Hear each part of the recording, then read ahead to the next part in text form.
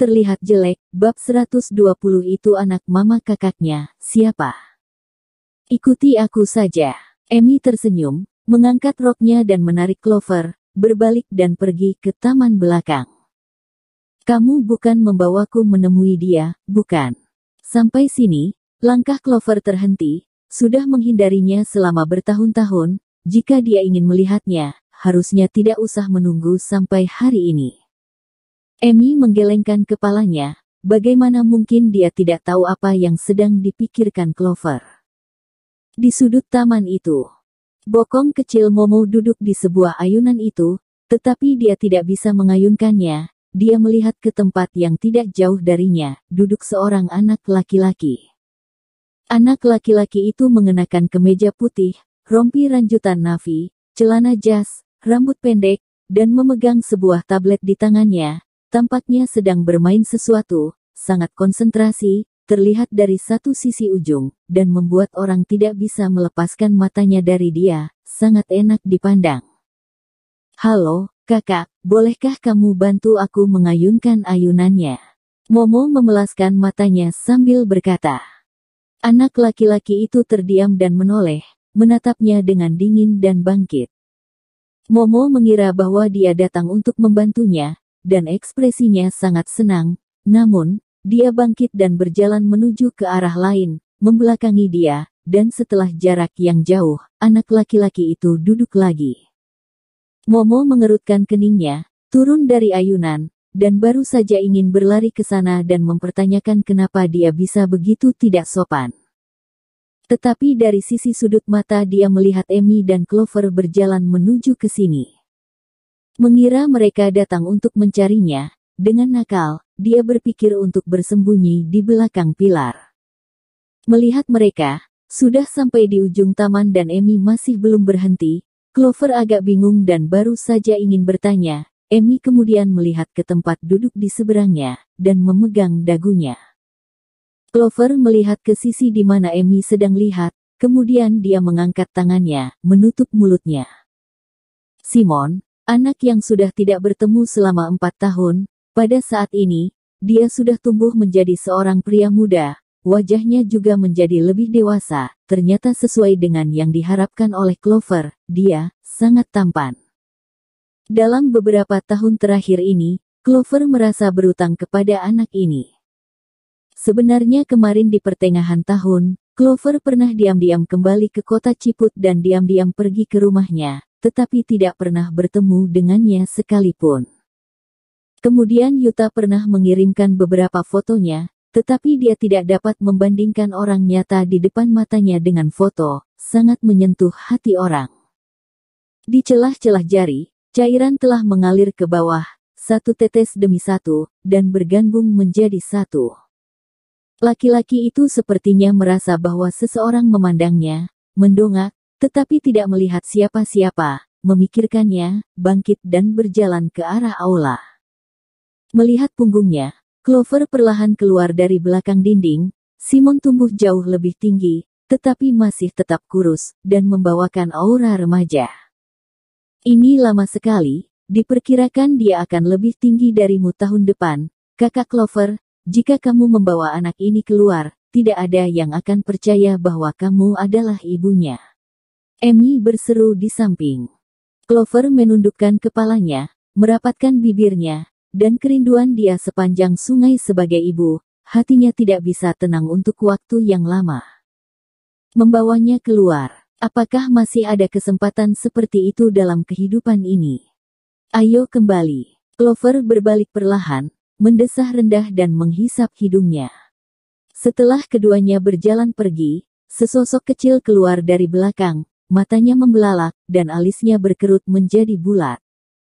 Ibunya, laki-laki itu adalah anak mama. Berarti, itu adalah kakaknya. Mulut kecil itu tersenyum, sampai matanya pun menyipit. Dia, Momo, akan memiliki kakak. Akhirnya Momo memiliki kakak. Ada beberapa teman-teman teknya yang memiliki kakak juga. Dia sangat iri, memikirkan ini, mata meluncur dan berputar, dan berlari ke arah Simon. Simon baru saja duduk di koridor, langsung ada seorang bocah kecil yang bergegas menuju ke sini dan memeluknya. Kakak. Suara itu terdengar manis dan lembut. Simon mengerutkan keningnya dan mendorong Momo yang ada di dalam pelukannya. Siapa kamu? Suara itu dingin dan tanpa perasaan. Momo berpikir bahwa kakaknya ini agak berbeda dengan kakak yang ada di imajinasinya sendiri. Mengapa sikapnya begitu dingin? Mulutnya dimiringkan dan air matanya mengalir keluar dari ujung matanya. Simon awalnya terdiam, lalu melihat sekeliling, dan merasa tidak berdaya. Hei, apa yang kamu tangisi? Aku tidak memukulmu. Momo menghisap hidungnya dan langsung berhenti menangis dan membuka matanya. Baru kemudian dia melihat penampilan kakaknya, kemudian merapatkan mulutnya. Kakakku ini benar-benar sangat mirip dengan ibu. Berpikir tentang pria di depan rumah sakit kemarin, meskipun dia sedikit pusing pada saat itu tetapi dia masih bisa melihat penampilan pria itu. Tampaknya sangat ganas, tidak gampang untuk berbicara, dan juga sangat ganas dengan ibu.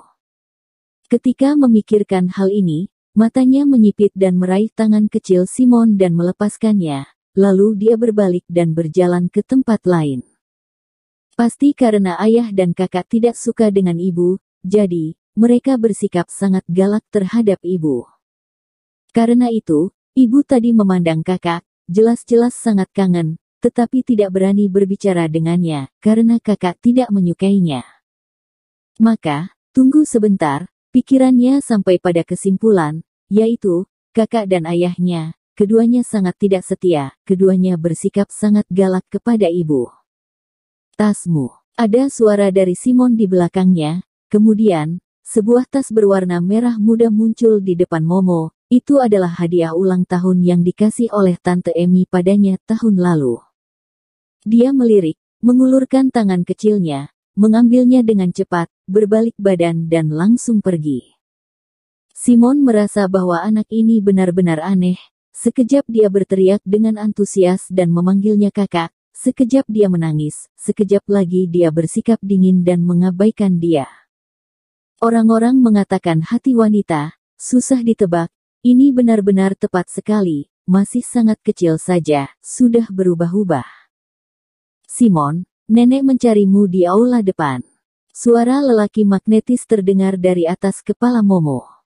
Momo mengangkat kepalanya secara refleks, pria yang sangat tinggi, sehingga lehernya sakit, hanya untuk melihat penampilannya. Hati yang kecil ini, pada saat ini, berdetak dengan cepat. Dia, pria yang tidak setia ini, adalah ayahnya. Momo awalnya sangat iri kepada orang lain yang memiliki ayah, tetapi, setelah mendengar ayah Yuta mengatakan sesuatu tentang ibunya, sama seperti ayah Yuta tidak memberitahunya apa-apa. Apakah masalah ini ada hubungannya dengan ayahnya? Tetapi setelah memperhatikan sikapnya terhadap ibunya, tiba-tiba dia membencinya. Tangan yang memegang tas kecil itu menjadi kencang, dia menggigit bibirnya, menjadi dingin dan sombong, dan berjalan melewati Devan. Hanya saja tubuhnya kecil, langkahnya juga kecil, dan segera, kedua pria itu, yang satu besar dan satunya lebih kecil, sudah berjalan melewatinya. Kamu mau kemana? Aku membawamu pergi. Ketika Simon berjalan melewati dia, dengan tanpa sadar dia bertanya kepadanya, kemarin baru saja hujan, dan ada air di sekitar taman, itu agak susah untuk berjalan. Momo mengenakan sepasang sepatu kecil dan sangat berjuang untuk berjalan. Devan mendengar suara itu dan menoleh karena terkejut. Pada saat itu juga Momo melihat ke bawah. Devan tidak melihat wajahnya dengan jelas, dia hanya berpikir bahwa putranya sangat ramah, dan itu sangat langka.